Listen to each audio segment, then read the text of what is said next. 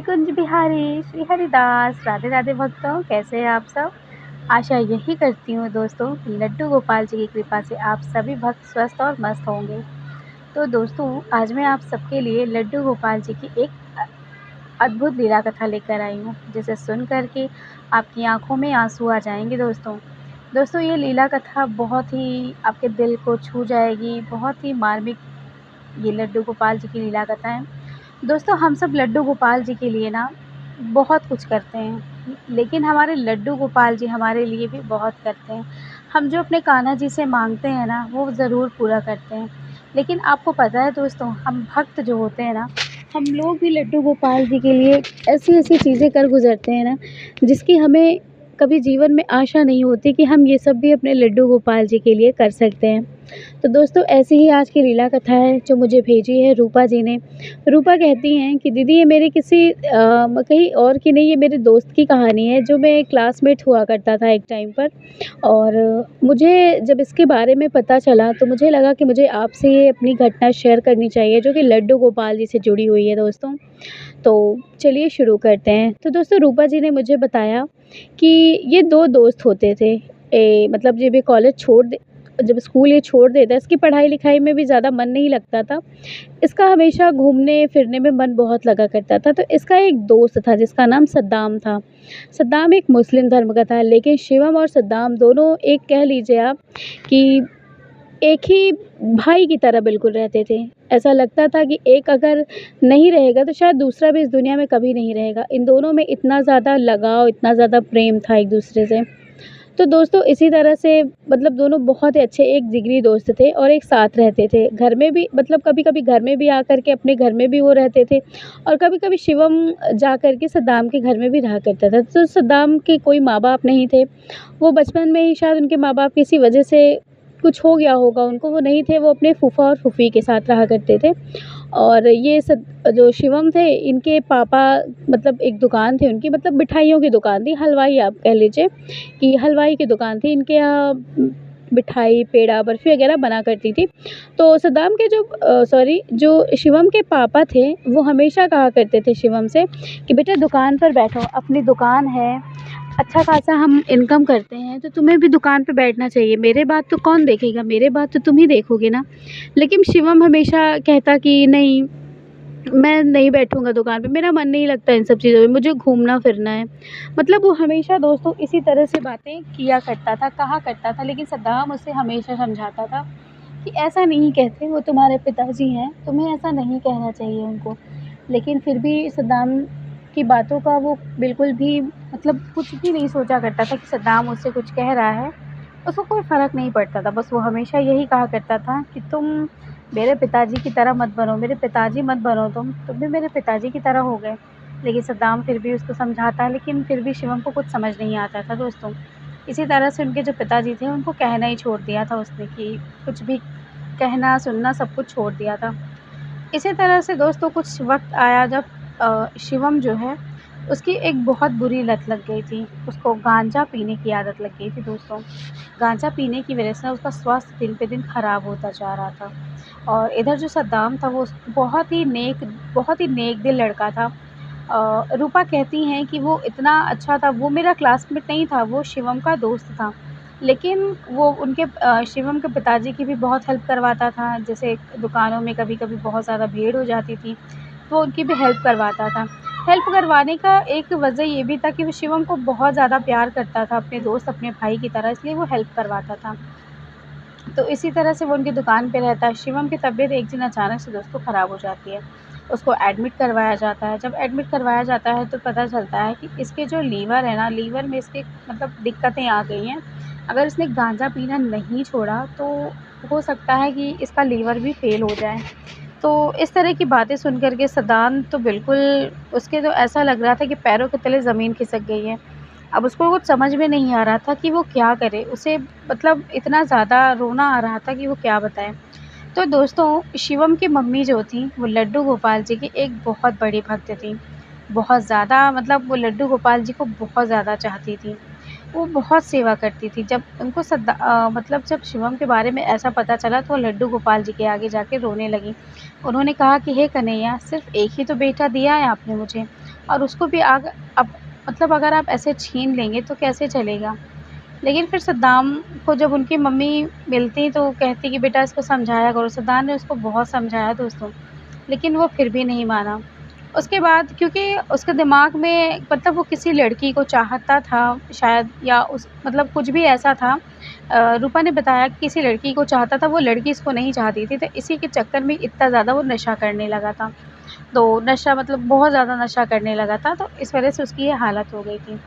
इधर सद्दाम के जो पापा थे, मतलब जो शिवम के पापा थे, वो बहुत ज़्यादा वो भी परेशान हो गए। उनके पास जितने भी पैसे थे, जितना जो भी था दोस्तों, उन्होंने यहाँ तक कि अपनी दुकान भी गिरवी रख दी थी, क्योंकि बहुत छोटी-सी दुकान थी और अच्छी खासी इनकम भी होती थी। लेकिन अब बेटे के आगे उन्होंने अपना सब कुछ हार दिया था। उन्होंने अपनी दुकान को गिरवी रख कर के वो मतलब अपने बेटे का इलाज करवा रहे थे। इधर सदान सारा दिन उसकी मतलब सेवा में लगा रहता था, मतलब वो हमेशा बहुत काम किया करता था। और शिवम को नहलाना-धुलाना, उसको हर चीज़ वो किया करता था। ये देख कर के उनके मम्मी-पापा भी हैरान होते थे कि दोस्त तो बहुत देखे, लेकिन ऐसा दोस्त मैंने कहीं नहीं देखा, जो इतनी ये सब सेवाएँ करता है उसकी, मतलब हर चीज़ उसका किया करता था। तो एक दिन की बात है दोस्तों, उनकी मम्मी मतलब लड्डू गोपाल जी के आगे रो रही थी कि हमारा बेटा कब ठीक होगा। लेकिन दोस्तों उनका बेटा ठीक नहीं हुआ और एक दिन अचानक से शिवम की मृत्यु हो जाती है। शिवम का लीवर फ़ेल हो जाता है, उसके बाद उसका ब्लड प्रेशर, हार्ट बीट भी बहुत ज़्यादा बढ़ जाती है दोस्तों, और वो इस दुनिया से चला जाता है, विदा हो जाता है इस दुनिया से हमेशा-हमेशा के लिए। ये सुन कर के, देख कर के सद्दाम की तो बिल्कुल वो रो नहीं रहा था दोस्तों, उसकी आँख ऐसा लग रहा था कि पथरा सी गई हैं। सदान बैठे-बैठे बस वहीं पर शिवम को देखे जा रहा था, शिवम को देखे ही जा रहा था। उसकी कुछ देर पहले कही गई वो बातें याद कर रहा था। कुछ देर पहले सदान ने कहा था कि अगर मेरी तबीयत ठीक हो जाती है, तब तो मैं अपने माँ-बाप का ख़्याल रखूँगा। मेरे माँ-बाप ने मुझे बहुत समझाया, लेकिन मैंने उनकी बात नहीं मानी, तो आज मैं यहाँ पर पहुँचा हूँ। लेकिन अगर मैं ठीक हो जाऊँगा ना, तो जैसे मेरे मम्मी-पापा बन के कहते हैं ना रहने के लिए, मैं वैसा ही कहूँगा, वैसे ही रहूँगा। और अगर नहीं ठीक हुआ ना, तो मेरे भाई तू मेरी जान है, मैं तुझसे जो आज माँग रहा हूँ वो मुझे दे। सदान कहता है कि बिल्कुल माँगो, क्या माँगना चाहते हो? क्या कहना चाहते हो बताओ मुझे? वो कहते हैं कि अगर मैं ना रहूँ ना, तो तू मेरे घर का, मेरा बेटा, मेरे माँ-बाप का बेटा बनकर रहेगा, रहेगा ना तू? इतना सुनते ही सदान बिल्कुल चुप हो जाता है दोस्तों, और तभी अचानक से उसके प्राण निकल जाते हैं शिवम के। और ये बहुत दुखद घटना थी। माँ-बाप तो ऐसे रो रहे थे दोस्तों, जैसे लगता था कि कोई उनका सीना चीर चीर मतलब कोई सीना फाड़ दिया है उनका। इस तरह से उनकी चीख-चित्कार से रो रहे थे। पूरे हॉस्पिटल में लोगों का तांता लग गया था देखने का पूरे, क्योंकि उनका एक ही बेटा था दोस्तों। और वो भी ऐसी लत में लगने के बाद उसकी मृत्यु हो गई थी। बहुत ज़्यादा उम्र नहीं थी दोस्तों, 26 साल की ही थी। 26 साल की उम्र में इतनी बड़ी मतलब इस तरह का होना उन माँ-बाप के लिए बिल्कुल मर जाने के बराबर था। बहुत रो रहे थे, सद्दाम की हालत बिल्कुल ख़राब हो चुकी थी। उसको समझ नहीं आ रहा था कि वो किसको सँभाले, वो खुद को सँभाले या वो उनके माँ-बाप को सँभाले। लेकिन फिर भी उसने कहा कि ठीक है, मेरे दोस्त ने जो कहा है मैं वो ज़रूर करूँगा। उसके बाद दोस्तों वो उसने समझाया, उनके मम्मी-पापा को समझाया। समझाने के बाद उन मतलब जो शिवम थे उसका अंतिम संस्कार किया गया। बहुत ही मतलब पूरे घर में मातम सा छाया हुआ था। सद्दाम आज 3 दिन से अपने घर नहीं गए थे। वो वहीं पे उनके मम्मी-पापा के पास ही थे। वो जब घर जाने की सोचते तो तुरंत उसको याद आ जाता कि मरते वक़्त मैंने अपने दोस्त को एक वचन दिया था कि मैं उसके घर को छोड़कर कभी नहीं जाऊँगा। मैं उसके माँ-बाप की सेवा करूँगा। तो यही सोच कर के उनके कदम रुक जाते हैं। लेकिन वो अपने सद्दाम एक दिन अपने घर जाते हैं, अपने फूफा और फूफी को बताते हैं कि ऐसी-ऐसी बात है और मैं अब नहीं आऊँगा शायद। उनके माँ-बाप मुझे अपनाएँ या ना अपनाएँ, लेकिन मैं उन्हीं के पास रहूँगा, उनकी सेवा करूँगा, चाहे जैसे भी करके। उसके बाद दोस्तों हफ़्ते 2 हफ़्ते बीत जाते हैं। उनके माँ-बाप के पास जब सद्दाम लौट कर आता है, वो कहता है कि अंकल जी लाइए मैं आपकी सेवा कराऊँ। तो उनके जो पिताजी होते हैं ना, वो उससे गुस्सा करने लगते हैं। वो कहते हैं कि तुम्हें यहाँ पे आने की किसने कहा? तुम्हारी वजह से ही मेरा बेटा मरा है। अगर तुम आज होते, सही होते ना, तो आज मेरा बेटा भी होता इस दुनिया में। तुम्हारी वजह से हुआ, तुम निकल जाओ यहाँ से, मैं तुमसे बिल्कुल बात नहीं करना चाहता। और दोस्तों यही चीज़ उनकी मम्मी भी कहती थी। वो कहती थी कि तुम्हारी वजह से ही मरा, मैंने तुमसे हमेशा हमेशा कहा था उसको समझाओ कि वो ये सब ना करे, लेकिन तुमने कभी मेरी बात नहीं सुनी। सदान उसी समय बिल्कुल बुत बनकर खड़ा होकर सुन की बातें सुन रहा था। बस उसने इतना ही कहा कि आंटी, आपको क्या लगता है जिस दोस्त की वजह से मैंने अपना घर ठुकरा दिया, मैं आप सबकी सेवा करने के लिए यहाँ पर आया हूँ, आपको लगता है कि मैं उस दोस्त के लिए मैंने उसको मना नहीं किया होगा कि तू ऐसा गांजा मत पी, ऐसी गलत हरकतें मत कर? लेकिन आप मुझे कैसे ये बात कह रही हैं? उनकी माँ, उनके पापा तुरंत सदान को कहते हैं कि तुम निकल जाओ मेरे घर से, मेरे घर में तुम्हारे लिए कोई जगह नहीं है। तुम्हें क्या लगता है, तुम एक मुस्लिम धर्म के हो और हम लड्डू गोपाल जी की सेवा करते हैं, और तुम्हें क्या लगता है कि हम तुम्हें अपने घर में रखेंगे? ऐसा कैसे सोच लिया तुमने? ये सोच कर के सदान को बहुत रोना आता है दोस्तों। वो बाहर बैठ कर के बहुत रोता है, बहुत रोता है। तो जब ये बात रूपा जी को पता चलती है, जिन्होंने मुझे दोस्तों ये घटना भेजी, तो वो आती हैं। जब वो आती हैं तो वो वहीं पर रहा करती थी, तो अपने ससुराल गई थी। जब ससुराल से आती हैं तो उनको शिवम के बारे में पता चलता है कि शिवम अब इस दुनिया में नहीं रहा। उसने गांजा पी पी के अपने पूरी शरीर ख़राब कर ली थी। ये बात जब पता चलती है तो वो आती है उनकी मम्मी से मिलने के लिए। जब सदान उनसे मिलता है तो वो सदान ने सारी घटना बताई कि कैसे कैसे आज तक वो लड्डू गोपाल जी की सेवा भी करने के लिए सोच लिया था कि वो लड्डू गोपाल जी की सेवा भी करेगा उनके घर में रह के। भले वो एक मुस्लिम धर्म का है, वो एक बेटे का फ़र्ज़ निभाएगा, लेकिन उनके माँ-बाप उनको रहने नहीं दे रहे। शुरू से लेकर के अंत तक की सारी घटनाएँ सदान ने बताई। रूपा को बहुत ज़्यादा आश्चर्य हुआ। रूपा भी जाती हैं, उनके माँ-बाप से बात करती हैं, कहती हैं कि आपकी कोई औलादें नहीं हैं, आपके भी अंकल जी तबीयत ख़राब रहती है। आंटी को भी बहुत ज़्यादा मतलब दिक्कतें हैं, उनको एक अस्थमा की बीमारी थी। तो कहती है कि आप जो है इसको अपने पास रख लीजिए ना, हेल्प के लिए। कभी भी कोई दिक्कत होगी तो सदान रहेगा आपके पास। लेकिन उनके माँ-बाप ने कहा कि नहीं, ये मुस्लिम धर्म से है और मैं इसे अपने घर में घुसने तक नहीं दूँगा। अभी तक तो ठीक था, मेरे बेटे के साथ रहता था, लेकिन अब मैं इसको नहीं रहने दूँगा। तो दोस्तों वो इसी तरह से बात, सदान का दिल बिल्कुल टूट जाता है उनकी इस तरह की बातों से। उसके बाद सदान कहता है कि ठीक है अंकल, मैं नहीं आऊँगा आपके पास।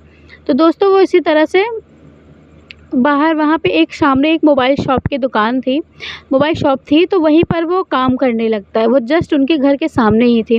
वो वहीं पर काम करता, कभी भी अगर उनको किसी चीज़ की ज़रूरत पड़ती या कुछ चीज़ें होती जैसे वो उनके लिए मतलब आसानी होती उठाने के लिए, मतलब बिल्कुल बहुत ज़्यादा दिक्कतें पड़ती, कुछ भी करना होता तो वो सदान तुरंत वहाँ पे पहुँच जाते थे। और उनके पिताजी जो थे वो काम करवा भी लिया करते थे। वो कभी मना भी नहीं करते थे कि नहीं, नहीं करूँगा, वो करवा लिया करते थे, लेकिन तब भी वो उससे बात नहीं करते थे। इसी तरह सदान को अच्छा लगता था कि चलो कम से कम बात नहीं करते, लेकिन मेरा उनका जो काम है वो करवा तो लेते हैं।